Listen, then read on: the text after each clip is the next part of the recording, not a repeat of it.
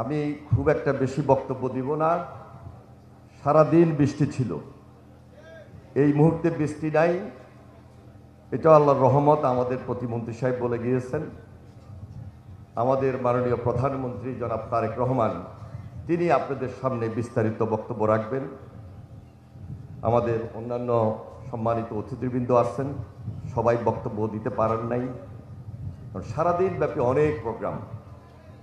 আমি আপনাদের সবাইকে আন্তরিকভাবে মোবারকবাদ জানাই এবং ধন্যবাদ জানাই। শুধু এটাই বলবো, দেখুন আজ থেকে প্রায় 50 বছর আগে প্রেসিডেন্ট জিয়া রহমান সাহেব এখানে এসেছেন এই অজপাড়াগাঁয়ে, এবং সে সময় বিদেশি মেহমানরা পর্যন্ত এসেছিলেন। এই অজপাড়াগাঁয়ে এই খালটার প্রতি, পাতালি খাল, এত গুরুত্ব দিয়েছিলেন।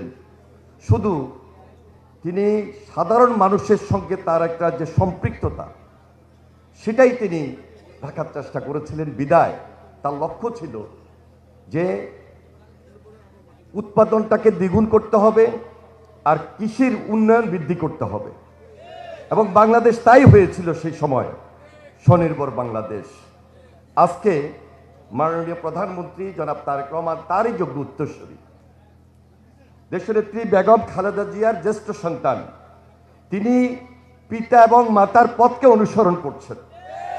আমার এবং আপনার দায়িত্ব হলো আগামী দিনগুলোতে তারেক রহমানের হাতকে শক্তিশালী করা। অনেক ষড়যন্ত্র হবে এবং আমাদের সবাইকে ঐক্যবদ্ধভাবে এই ষড়যন্ত্রকে মোকাবেলা করা।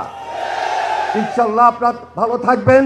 আপনাদের সবাইকে সংগ্রামী সালাম, বিপ্লবী অভিনন্দন জানিয়ে আমি আমার বক্তব্য শেষ করছি। খোদা হাফেজ। বাংলাদেশ জিন্দাবাদ।